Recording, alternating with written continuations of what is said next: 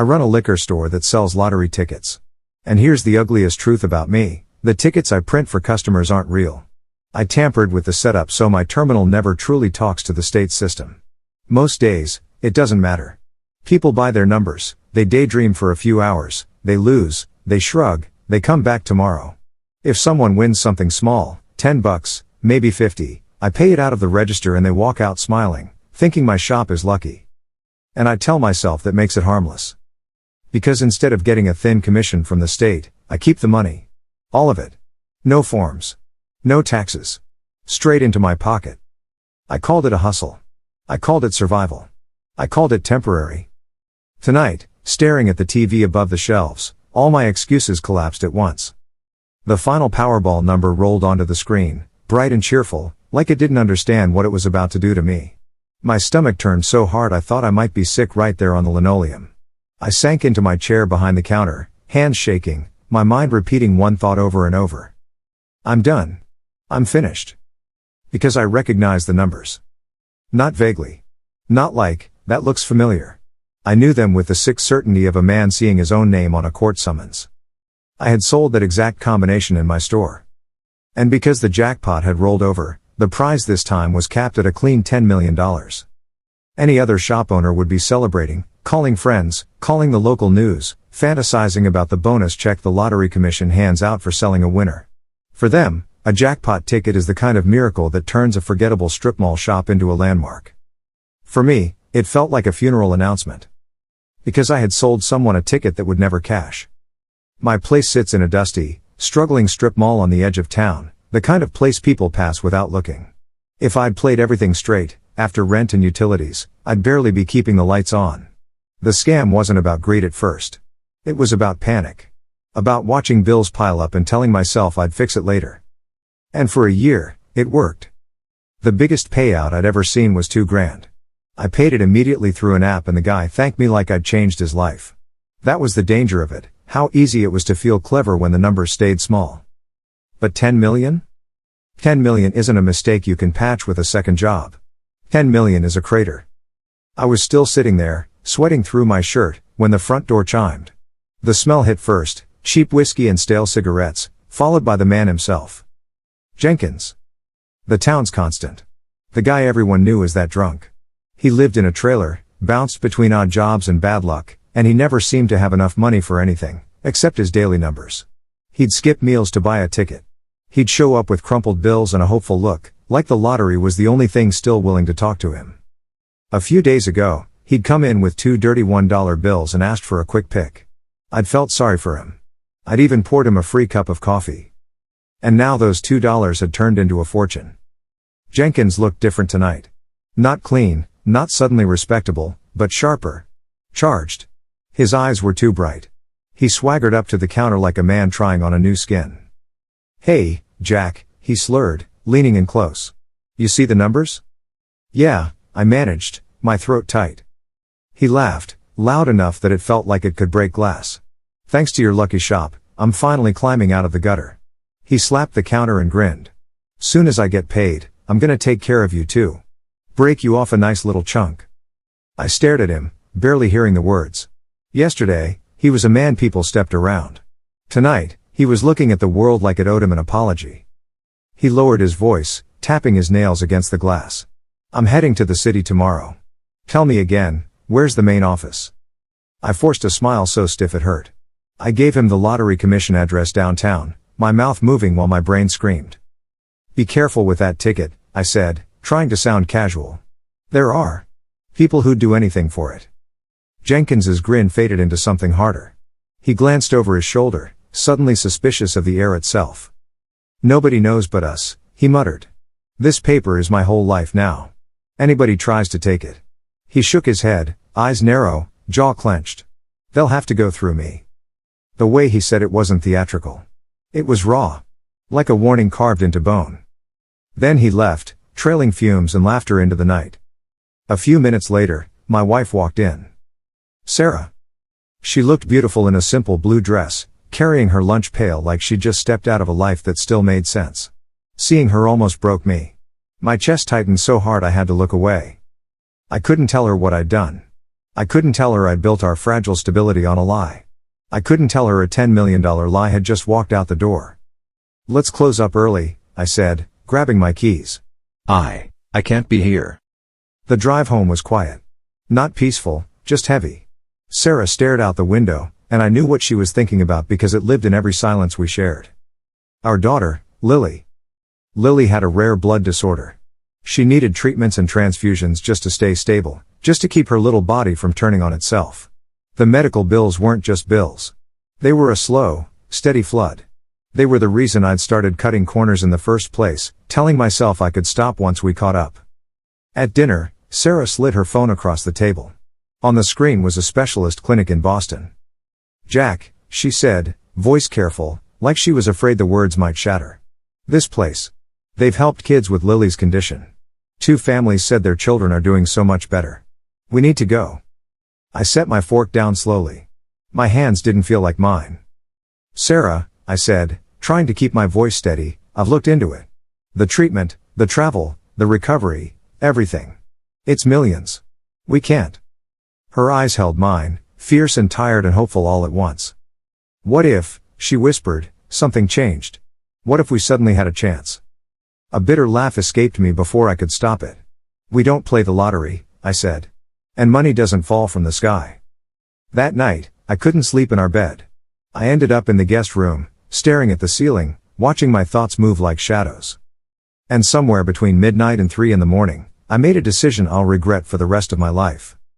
I told myself it wasn't theft. I told myself it was damage control. I told myself I was protecting my family. I had to go to Jenkins's trailer. I had to get that ticket back. Because if the ticket disappeared, there would be no winner. No claim. No payout.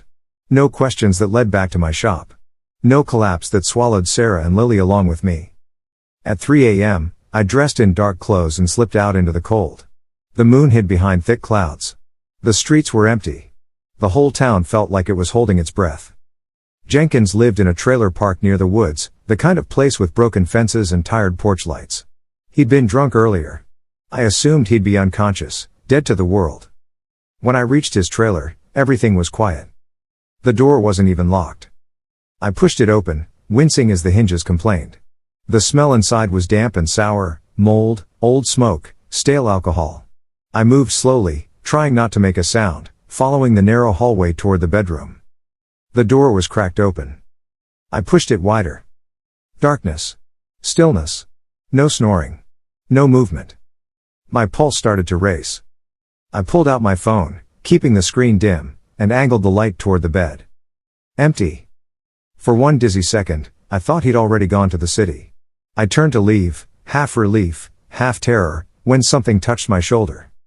I froze so hard my body forgot how to breathe. I lifted my hands instinctively, whispering, "Jenkins, wait. I can explain." No answer. The touch didn't move. It didn't squeeze. It just rested there. Heavy. Wrong. Slowly, I turned, raising the phone. And the light caught what I didn't want to understand. Jenkins wasn't standing behind me.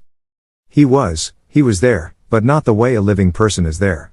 His body hung in the room in a way that made my mind refuse to process it. The air felt colder. The silence felt louder. My stomach flipped. A sound tried to crawl out of my throat and I swallowed it.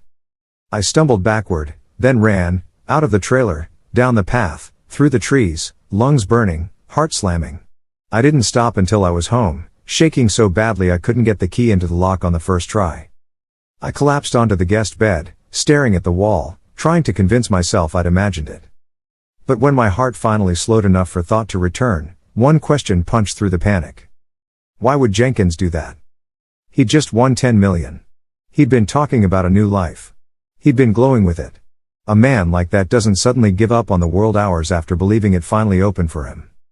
Not like that. Not tonight. Which meant something even worse. Someone had been there before me. Someone had killed him and tried to make it look like he'd done it himself. And there was only one reason anyone would bother. The ticket. That meant a third person knew Jenkins had the winning numbers. And if that person had the ticket, they were going to try to cash it. And when they found out it wasn't real, my throat went dry. What happens to the man who sold it? Morning came with sirens. They found Jenkins. Word spread fast, the way it always does in a town where everybody's bored and everybody's cruel. People gathered near the police tape like it was entertainment. The cops were already calling it a suicide. It was easier that way. A sad story with a simple ending. I stood in the crowd, trying to look like I belonged there, trying to look like a man who hadn't been in that trailer hours earlier. People muttered and laughed and shook their heads. Finally did it. Owed me $50. What a waste. And then I felt it, eyes on me. I turned. Spike. Spike was one of those men who seemed to exist purely to make bad situations worse. He had a bleached buzz cut, a sharp grin, and the kind of confidence that comes from having nothing to lose. He was staring straight at me, like he'd spotted a weakness. I left the crowd and drove home too fast. Sarah was on the couch, smiling in a way that made my chest ache. She was texting, her fingers quick, her eyes bright. "Jack," she said, eager, "the doctor in Boston replied. He says Lily has a real chance." The words hit me like a bruise. "We don't have the money," I snapped, too sharp, too loud. My nerves were frayed down to the bone. "Stop getting your hopes up." Her smile faltered. I hated myself instantly, but I couldn't stop the fear from spilling out. I grabbed my jacket and left before she could see how badly my hands were shaking. At the shop, the day dragged like a sentence. Every time the door chimed, my heart jumped. Around noon, it chimed again. Spike walked in like he owned the place. "Hey, Jack," he said, flashing that grin. "Lunch. My treat." "I'm busy," I said, though my voice sounded thin. "We need to talk," he replied, leaning closer. His breath smelled like old beer and bad decisions. "About Jenkins." The diner was greasy and loud, the kind of place where the booths stick to your skin. Spike slid into one across from me like we were old friends. He ordered a drink and finished it too fast, wiping his mouth with the back of his hand. "Jack," he said, almost cheerful, "I saw something interesting last night." My stomach dropped. "What?" "I was out late," he said, shrugging. "And I saw you. Around 3 a.m. sneaking into Jenkins's trailer." He watched my face as he spoke, like he was enjoying every flicker of reaction. "Imagine my surprise," he continued, "when I wake up and hear Jenkins is dead." I forced my jaw to work. "Spike, whatever you think you saw." Spike leaned forward. "Here's what it looks like, man. You knew he had a winning ticket. You went over there. And now he's gone." My blood turned to ice. "You're wrong," I said. My voice came out low, strained. "I didn't do anything to him." Spike smiled wider, like that didn't matter. "You know what the sheriff would think?" he asked softly. I swallowed. "You don't have proof."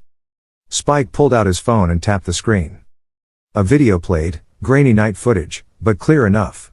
Me. Walking up to the trailer. Slipping inside.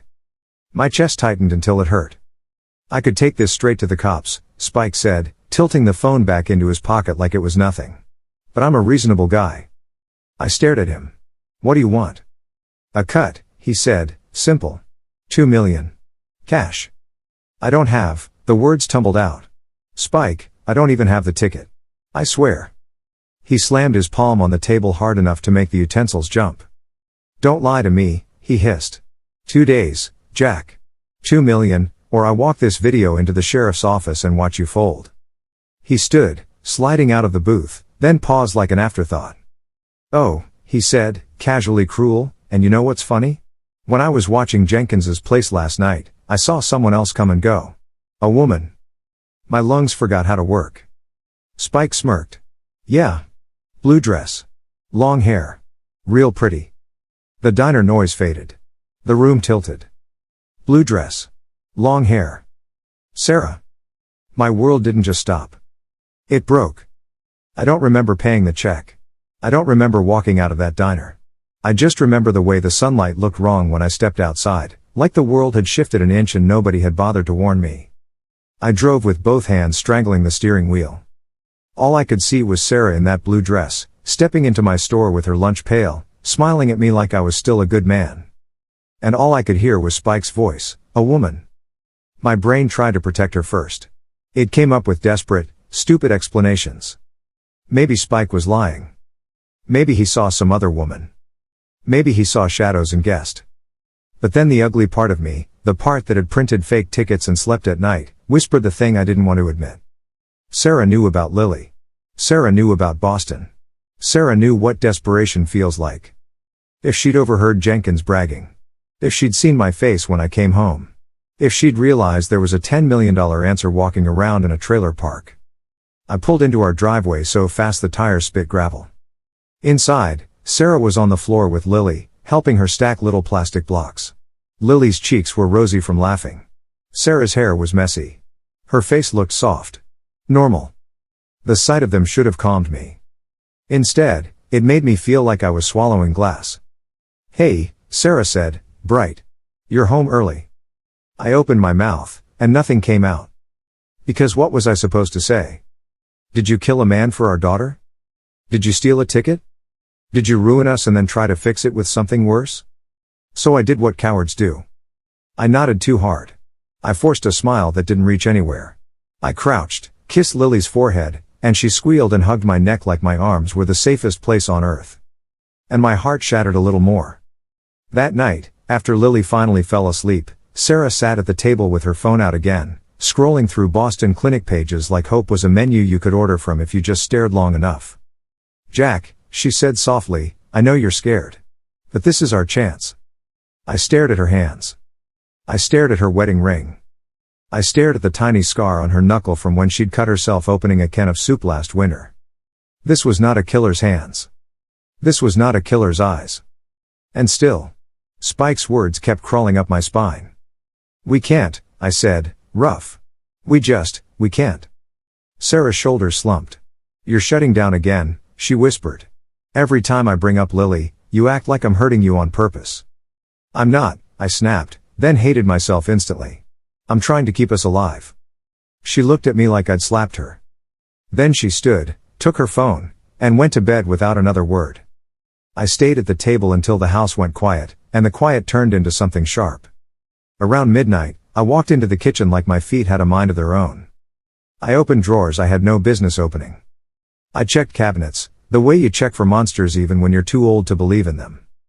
Because if Sarah had done something, anything, there would be a trace.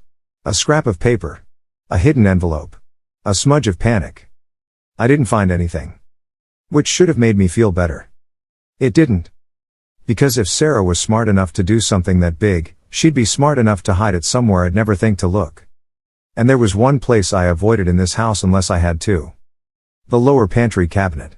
The one behind the big bag of rice. The one Sarah always said was organized, which meant it was really her territory.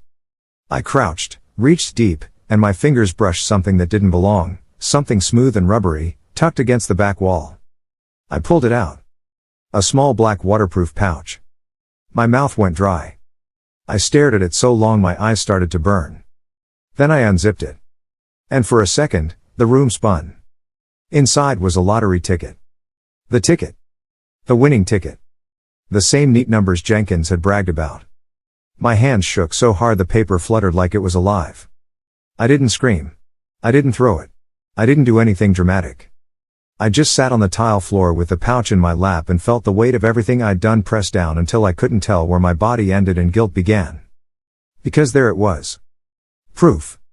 Not a rumor. Not Spike's grin. Not my paranoia. A $10 million ticket hidden in my kitchen. Hidden in Sarah's kitchen. I put it back exactly the way I found it, like I was handling a bomb. Then I opened the fridge, grabbed a beer I didn't want, and drank it too fast, hoping the cold would numb something. It didn't. I kept seeing Lily's face. If Sarah went down for this, what happened to Lily? If the police started digging, what happened to me? What happened when they realized my terminal had never been connected the way it should have been? Everything I'd touched would collapse. Our store, our home, our daughter's treatment, our future. And Spike. Spike had a video. Spike would take that video to the sheriff. Not because he cared about justice. Because he cared about leverage. I sat on the couch in the dark until the beer turned bitter in my stomach and a decision formed like a bruise.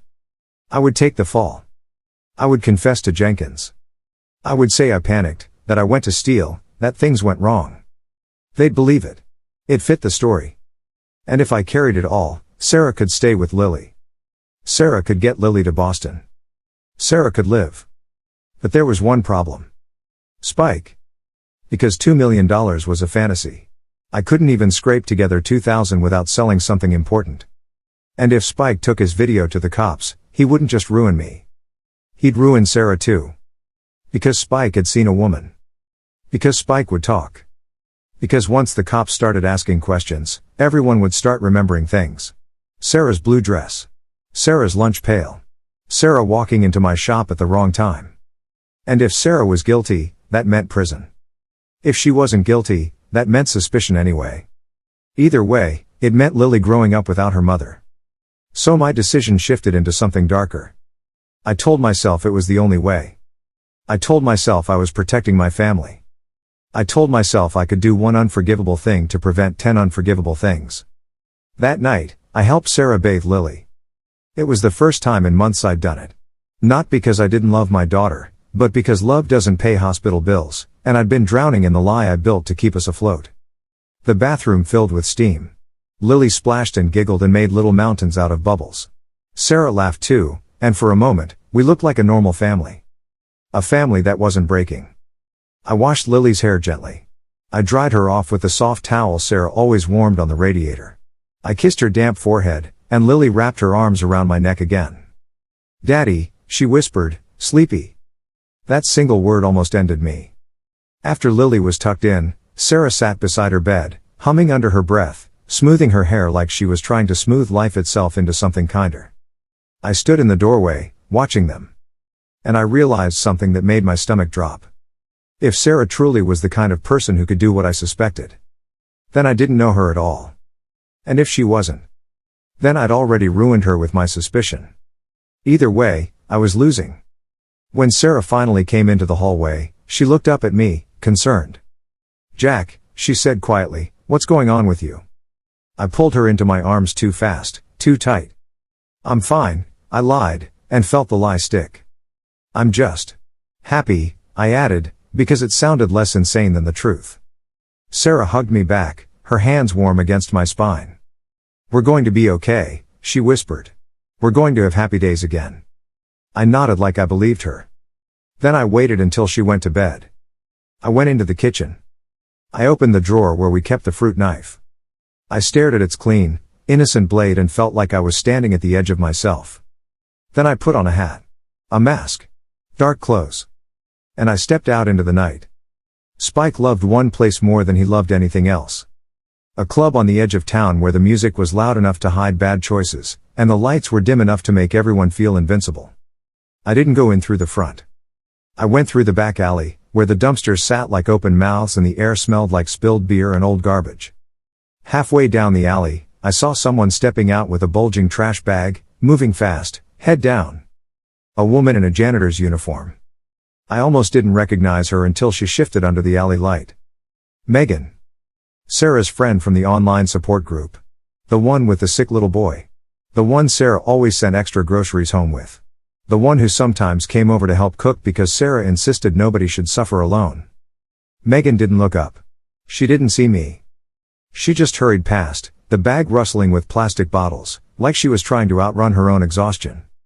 I froze in place, the knife heavy in my pocket. What was she doing here?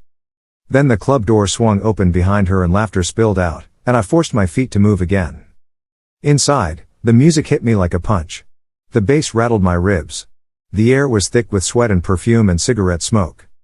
I scanned the room, eyes narrowed, trying to spot Spike's bleached hair. I didn't see him. But I did see his friends, loud, sloppy guys clustered around a table, shouting over each other like the world was a joke. One of them slammed his cup down, annoyed. "Where the hell's Spike?" he barked. "Man went to the bathroom like 20 minutes ago. He pass out in there or what?" My pulse jumped. The bathroom. A small hallway past the bar. A perfect place for a man to be alone. I felt my grip tighten around the knife in my pocket. My mouth went dry. This was it. I moved toward the hall, keeping my head down, blending into the shadows like I belonged there. I was 3 steps from the bathroom door when a scream tore through the music. Not a drunk squeal. Not a laugh. A real scream. The kind that empties a room. Somebody call, "Oh my God." People surged toward the hallway, bodies pressing, voices rising, chaos blooming. I shoved forward just enough to see past the shoulders. A stall door hung open. And Spike was slumped in a way that made my brain instantly understand what my eyes didn't want to accept. There was a spreading stain on the tile. There were hands reaching. There was shouting. And there, on the floor near the stall, was something small and dark. A knife.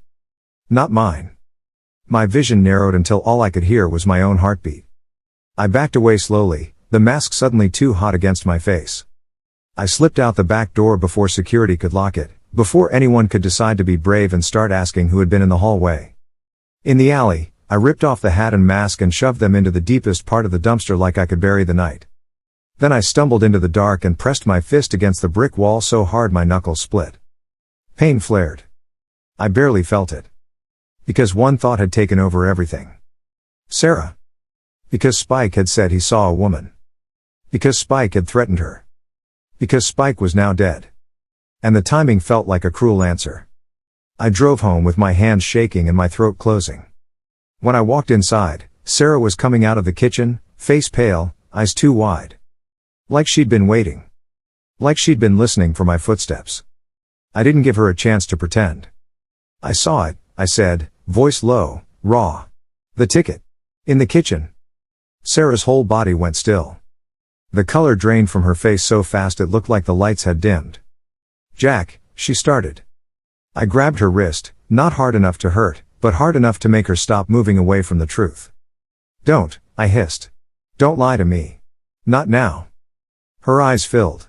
I wasn't trying to. You stole it, I said, the words tasting like metal. You hid it. And now Spike is dead and. Spike? She repeated, blinking. What are you talking about? I dragged her into the bathroom because I didn't trust myself to keep my voice down in the hallway near Lily's room. I shut the door. I stared at my wife, the woman I loved, the woman I'd built a life with, and I saw fear in her eyes that didn't look like guilt. It looked like confusion. Tell me the truth, I said, shaking. The night Jenkins died. You brought me dinner. You heard him. You heard everything. You went to his trailer. You took the ticket. And you, my voice cracked. And you made it look like he did it to himself.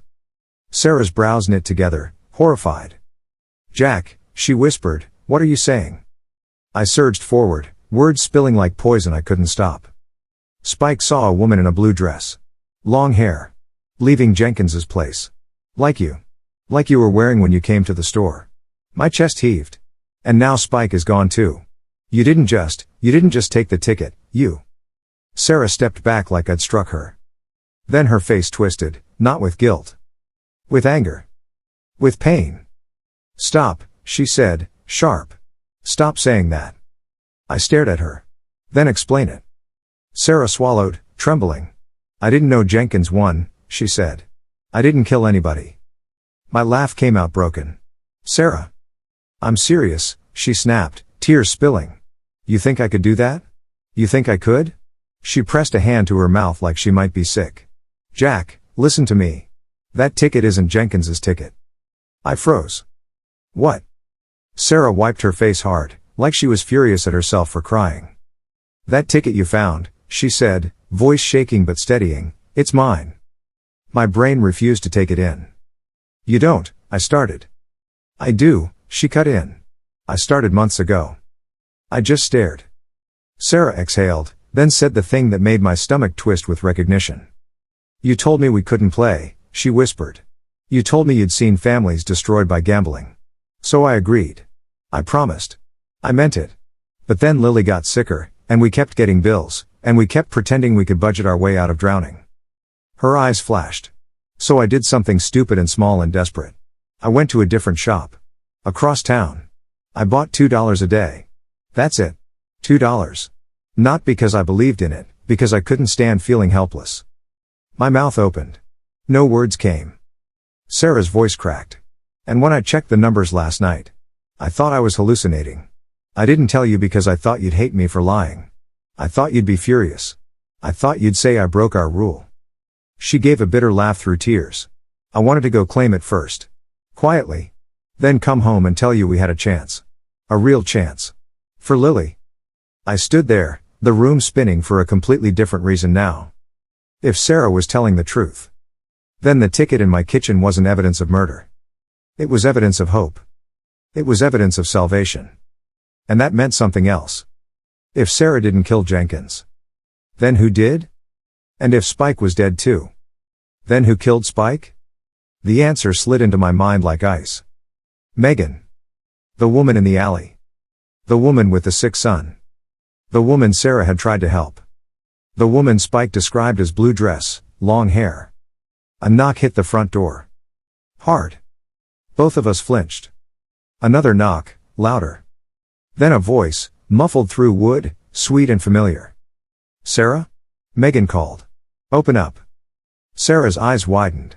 It's Megan, she whispered, confused. My skin prickled. Because my brain had just connected another dot I hadn't wanted to see. Sarah had bought that blue dress. And Sarah was the kind of person who bought doubles when something was on sale, one for herself, one for Megan, because Megan always said she couldn't afford nice things. My mouth went dry. I grabbed Sarah's arm. Did you ever get Megan a dress like yours? I whispered. Sarah blinked, then nodded slowly. Yeah. She loved it but said it was too expensive, so I. The knocking came again, impatient now. Sarah, Megan called, her tone shifting, I know you're home. My grip tightened. Don't open the door, I said, so quietly it barely existed. Sarah stared at me like I'd lost my mind. I'm not joking, I hissed. Don't. The doorknob rattled. Megan's voice sharpened. Sarah. Open up. Sarah's breath hitched. Jack, what? I moved toward the door. I was too late. The lock clicked. The door swung inward. And Megan stepped inside like she belonged there. Only she wasn't smiling. She had a knife in her hand. The kind of cheap kitchen knife that looks harmless until it's pointed at your chest. Her eyes were empty in a way that made my blood go cold. Where is it? She demanded, voice thin, trembling with something close to rage. Where's the ticket? Sarah let out a strangled sound. Megan, what are you doing? Megan's gaze flicked to Sarah for half a heartbeat, then snapped back to me. You, she spat. You did something. I lifted my hand slowly. Megan, listen. Don't, she said, stepping forward, blade flashing under the hallway light. Don't talk to me like I'm stupid.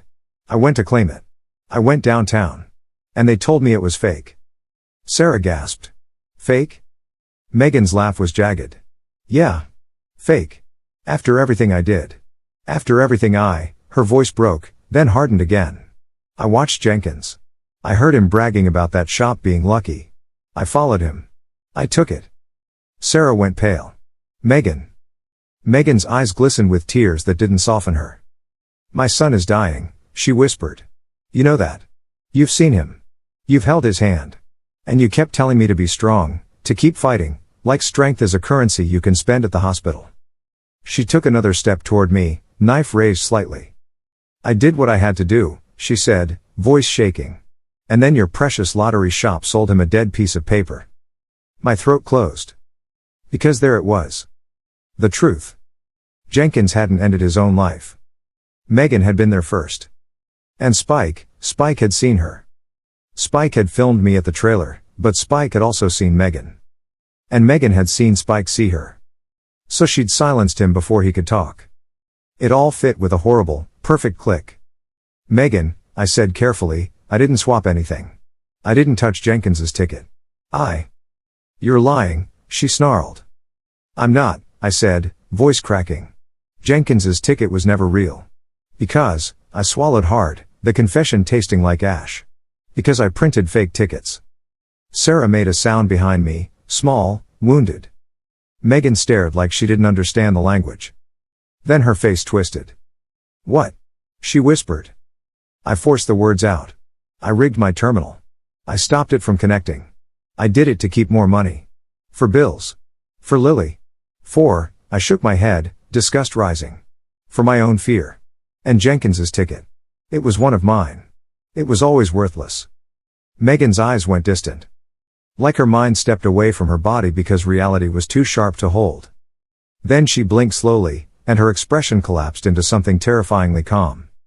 So that means, she said, voice flat, if I'd taken a real ticket, my son would have been saved. Sarah started to reach for her. Megan, we can. Megan snapped her gaze to Sarah. And you, she whispered, voice trembling again, you looked at me every day and said we'd find a way. Sarah's hands shook.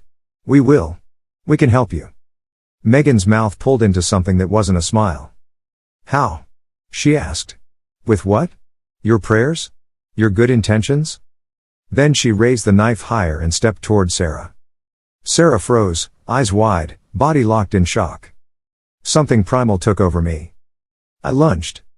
The blade caught me across the side before I could fully get between them, a hot, sharp line of pain that stole the air from my lungs. I stumbled, but I didn't fall. I wrapped my arms around Megan's wrists, fighting her strength, shocked by how strong she was. All those jobs. All that carrying. All that surviving. The knife flashed again. I felt another burn. Then Sarah's scream cut through the house like glass shattering. Jack.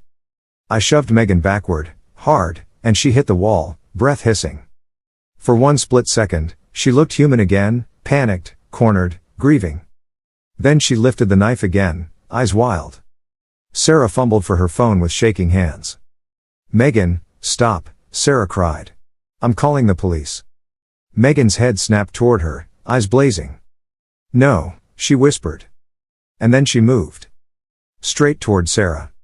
I tried to grab her again. My body felt heavy, slow, like the pain was turning my muscles into wet sand. Megan raised the knife, and Sarah stood there like her feet had forgotten how to run. And then Sarah did something I didn't expect. She reached into the pocket of her cardigan, pulled out the ticket, the real ticket, and held it up like a white flag. Megan, Sarah shouted, voice breaking. Stop. Megan froze mid-step, staring at it like it was a ghost. This is mine, Sarah said, shaking, tears streaming. This is the real one. 10 million. A real ticket.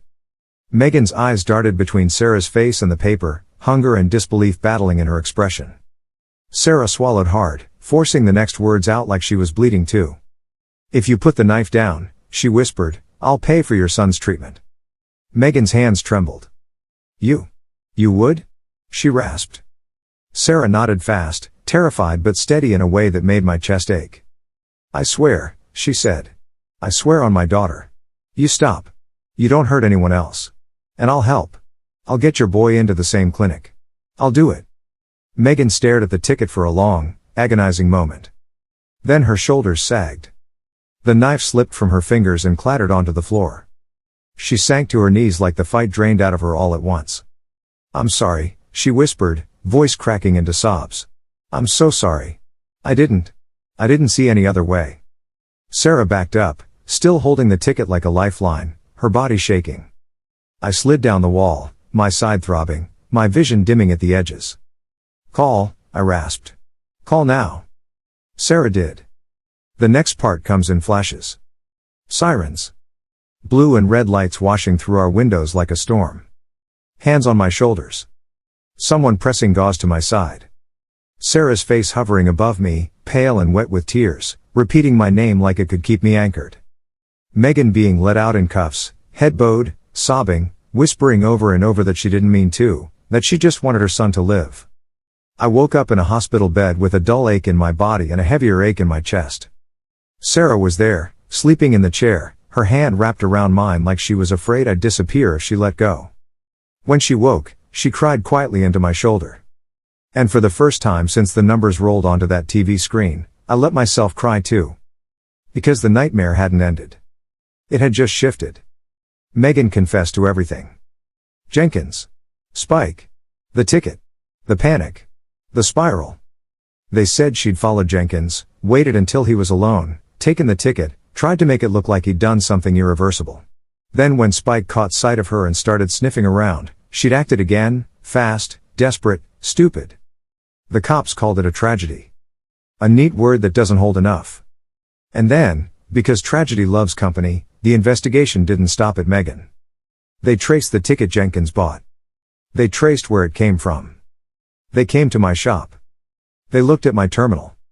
And my whole rotten little secret cracked open under fluorescent lights.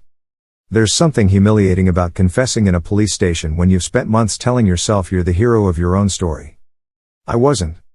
I was a man who broke the law, lied to his community, and then acted shocked when the lie grew teeth.